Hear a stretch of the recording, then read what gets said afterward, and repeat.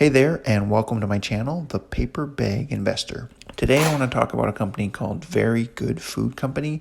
Stock ticker is VERY. They're on the Canadian Securities Exchange, which is out of Vancouver. And what they do is they make organic, vegetable-based alternative meats, quote-unquote meats. Kind of like a Beyond Meat. And anyway, in this video I'm going to talk about them, my thoughts. My wife and I were actually on vacation just in Vancouver this last week, so we went to their store. We're going to have a little taste test in this video I'm going to walk through, and then also my thoughts on the company. So let's get into it. And really quick disclaimer before I go any further, I'm not a personal financial advisor. I'm not a financial advisor. I'm a guy with a paper bag on his head who loves investing and thinking about the future. And if you love investing and thinking about this future and you enjoy this video, I really encourage you hit that subscribe button down below. Okay, as I mentioned, they have their headquarters in Victoria, British Columbia, Canada, and my wife and I were there on vacation. And while we were there, we tried two different products, a taco stuffer, kind of like a taco meat with seasoning all included, and then also a kind of a pepperoni sausage. So I'm going to play a quick montage of me kind of buying the food, cooking up some of the food so you can kind of see what it looks like. So they're kind of in a farmer's market kind of set up in a building there. They sell lots of all their meat products that you can just buy and cook at home, or they sell different kind of items there. You can get burgers or things cooked on the spot for you. And so like I said, I had that's the taco meat there in the one package, and then also the pepperoni sausage. It smelled good. Smelled a lot like taco meat would. Kind of looks a little bit funny. Just dump it into the pan here, of course, breaking it up. As you're cooking it, it kind of looks like almost like taco meat would. I think I pick up a little piece here. Yeah, you can kind of see the texture of it. It's made a lot of these. They know their slogan is "We butcher beans," so they make a lot of it out of beans. You kind of just fry it up. Takes, I don't know, 5 or 6 minutes. Heat it up, brown it just a little bit for the taco meat. The taco meat is one of their more popular ones, so there it's kind of browned a little bit, and you see the texture. It actually looks very, very good. It smells pretty good too. And then there it is. We just made some burritos and have some, other veggies and salsa and stuff in there. It was really good. And then also this pepperoni stick. I was quite impressed with it as well. It actually looks, I'll cut it open here in a moment. It looks a lot like pepperoni. What I do like about their products and their marketing is they're really trying to be organic and wholesome. You can pause there if you want to read the ingredients, or you can look them up online, I'm sure. But slice a few of these, and it kind of shows the texture to the camera. Yeah, it looks pretty good, and it tasted pretty good too. So that gives you a little bit of a visual of the product, or at least a couple of the products. They have many other products. We just tried a couple things that they said were quite popular. And I'm not vegan. I'm not eating, vegan diets or other sort of meat alternative substitutes on a regular basis. So I don't have a lot to compare it to. But I was very impressed that it was a lot like taco meat, and it did taste good. And it was a lot like a pepperoni sausage, and it did taste good. As a meat eater, I would definitely prefer to eat meat.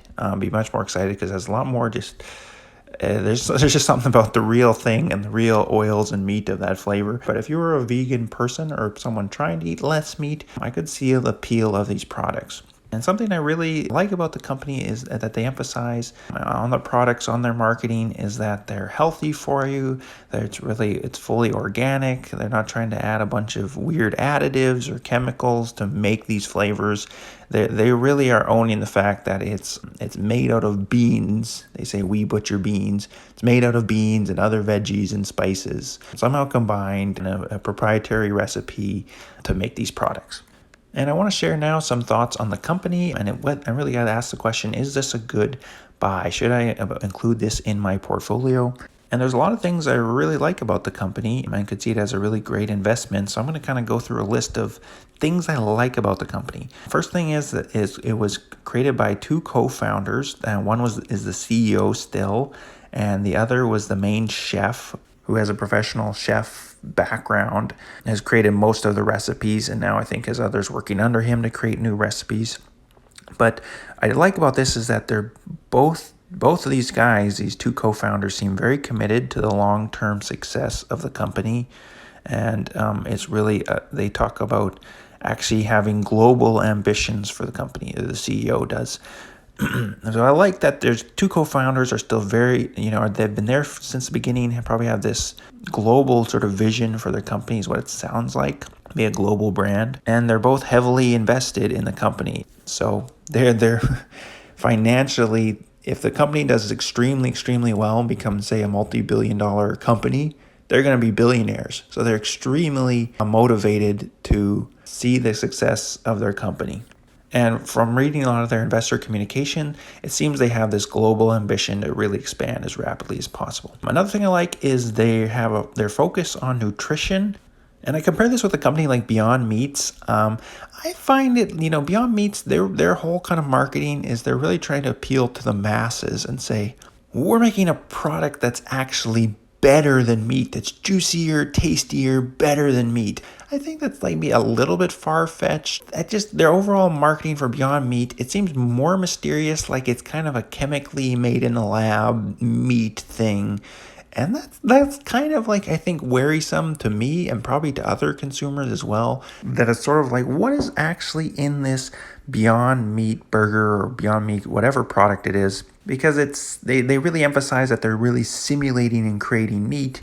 So then you kind of think, is it too far almost? Like, are you putting some kind of weird chemicals or additives to make this seem as much like meat as possible? And that's great for the taste, but is that actually healthy for me? And some of those questions maybe Beyond Meat could answer, or they easily could maybe they have good answers for them. They just need to market that a little bit differently or better to fix that if that is a problem for their consumer base. But overall, I like the fact that this Very Good Foods, they're Very Good Butchers, they are really they're just owning the fact that we're made out of beans or made out of veggies, or for people wanting a vegan diet or a more veggie diet, and our products are healthy and good for you. Whether they're actually healthy or good for you, I don't know. I'm not a nutritionist. I'm not looking at that. But it seems genuine from the chef and the creators and the products that they really believe it is good for you. Okay, I'm going to keep moving down the list of things I like about Very Good Foods. Another thing I like is that they're a small company, but they're growing exponentially. And really at this point, they are production constrained. Even they do direct-to-consumer orders as part of their one option for ordering their food. And I tried to order some of their food online about a couple months ago maybe, and there was quite a backlog. It took I think it was over a month delivery times at that time. So I know they've been trying to improve their logistics and their shipping times, but also they're really just trying to increase production because there's too much demand for the product right now. Currently, their run rate for their last quarter, you kind of take that on an annual basis, they're doing about $5 million a year in sales, and they average about $16 a pound for the product, which is a lot. I mean, again, as a meat eater, there's no way I would eat these products. I mean, that package of taco meat I bought, I think, was $9 Canadian, and then that little pepperoni sausage was $7 Canadian. I could buy the equivalent in meat or more in ground beef and sausage, the same amount or more meat for that price. So I would definitely just be buying meat. But it's amazing that people are excited to pay this amount, because it's this sort of high-end niche of someone who wants this vegan diet and is willing to pay a premium for it. And so, yeah, their overall average is about $16 a pound is what things sell for. And they're currently out of Victoria. I think their current runway rate is around 11,000 pounds a week. And that was up since, I forget, it was maybe 5,000 or 6,000 pounds. It was even a year ago. So they've improved their manufacturing tremendously just out of their Victoria operations. And they're also building a facility in Vancouver. And the Vancouver operation is going to be their kind of headquarters, where they do creation of new products, they manufacture, and they also have, I think, kind of a restaurant storefront like they do in Victoria, where you can buy the products, or you can buy sandwiches and burgers that are made on the spot for you. But again, they're really trying to grow aggressively. I said they're doing about a run rate of about $5 million annual sales. But I know just recently they're at about 11,000 pounds a week from Victoria. And if you do that $16 a pound times by 11,000 pounds times by 52 weeks in a year, you get over $9 million in sales. So really that could be a more accurate reflection of kind of where they're at in their sales, or could be for the next year at the current run rate. But the $5 million is kind of the last number reported. But what I'm seeing in the next couple of years, if they build the Vancouver facility, say that for one, the Victoria facility is doing 11,000 pounds a week, and they want to up that to 19,000 pounds a week. They think they can manufacture that one building. And then if say they do that again, that same, say 19,000 pounds again in Vancouver, and then say 19,000 pounds again in California, maybe in a couple years from now, they're doing that. That would be 19,000 pounds times 3, which would get you to 57,000 pounds a week of production. You multiply that again by $16 a pound, and you get about $900,000 a week times by 52 weeks in a year. And you're talking somewhere in the order, of magnitude of like $47 million of sales a year. And that could be in a couple of years from now. And like I said, currently right now, kind of just sort of the run rate is, or last listed was maybe $5 million. So it might be like a 9x increase over the next couple of years, which in the last year, they've done about 3 or 4x increase in their sales. So if you do that again, 3x over the next year, then 3x over the next year, again, that gives you the 9x, and you could be selling, $40 to $50 million of sales maybe in 2022, that kind of run rate. So again, really love this massive growth and that they're clearly taking action to see this growth. Other things I've researched, read about them, I like their gross margins are growing. I think they're around 30-40% gross margins for their products. I mean, it makes sense. You'd have high margins. You're selling basically beans and a bunch of veggies mashed up, as like more expensive per weight than you sell meat for. So it makes sense to me that they could have high gross margins on their products.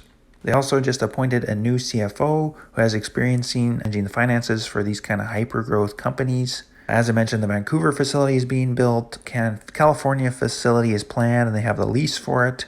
I like that they sell their products through distributors, and they actually have a waiting list of distributors because they are production constrained. But I also like that they sell direct to consumers for a very kind of niche product like this. And why not stick it in a slightly insulated box or package with a little bit of ice pack or whatever you need, and mail it to a person, and they can get a recurring subscription every week or 2 weeks or every month of your products. I mean, in today's world in 2020, to me, that's amazing business model where you can just sell direct to consumer. Why do you even need a retail business or space or a fridge somewhere in a land location and all that extra cost on top of it? I mean, you can have that because people are going to use that and use that for convenience, but be able to, especially a niche product like this where there's everywhere across, say, North America or even the world, there's going to be just select individuals who really love this kind of product. For them to be able to just find it and get it, that's amazing. And be able to just subscribe and get a recurring shipment of these products. Other thing I like is that the world is going to need more meats and more proteins, really. As more and more people and countries that would have eaten maybe more grains as a major part of their diet are becoming, these countries and these people are becoming, it's becoming more developed. These people are going to want to eat meat or more protein in their diet as they can afford to do so. And they're going to have buying power to do so. So that's going to drive the price of meats and proteins up and the need for more meats or even meat alternatives. And also just the whole population of the world is growing like never before in history. I think there's something like 8 billion people right now, and I know that number will keep growing. And so the world's going to need meats. So having different players in a market like this, I think makes a lot of sense. And when there's a lot of market opportunity here. Also, I like the environmental impact and I guess benefit of making plant-based meats versus actual meats. I know it's significantly less, water usage, greenhouse gases that you're emitting for over the whole. If you consider sort of the life cycle of growing the veggies needed and then processing them into a meat versus the energy and emissions it takes to grow an animal, basically, and the vegetables needed to feed the animal and then to butcher the animal into meat product. So I believe in that climate change is one of the biggest problems facing humanity in the world. And if it could be a major contributor to fixing that problem is products like this that are kind of meat alternatives for people. I think that's going to be, that could also be a huge driver for this market. So overall, I'm pretty excited about this company. I'm probably going to be buying a small position and continuing to research more. The main thing I don't like about the company is the current market cap is about 120 some million dollars.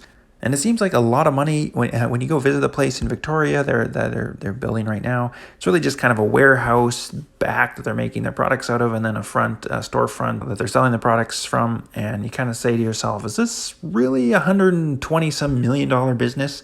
But I think it potentially could be. It could be justifiable and worth that, because the long-term growth could be much higher. You look at a company like Beyond Meat.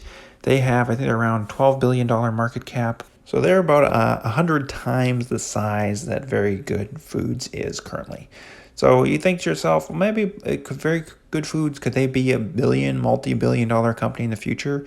You could have 10, 20x growth from where they currently are. I could see that being very possible if they really execute well and their products continue to sell well as they grow and expand. So overall, those are my thoughts on this company. I want to hear from you guys. Let me know in the comments down below. What do you think about this company? If you researched it all, heard about it, or you tried their products, love to hear from you down below in the comments. And if you found this video useful, I really encourage you, hit that subscribe button down below. I'm going to be making more videos like this on Very Good Foods as I follow it, as I'm probably going to invest a little bit into it, and also on other kind of high growth opportunity investments that I see that I like. So again, if you like this video, you like my vibe, go ahead, hit that subscribe button down below. And while you're at it, hit that thumbs up. It really helps me out, helps out my channel grow. So, okay, thank you guys so much for watching. Have a great day.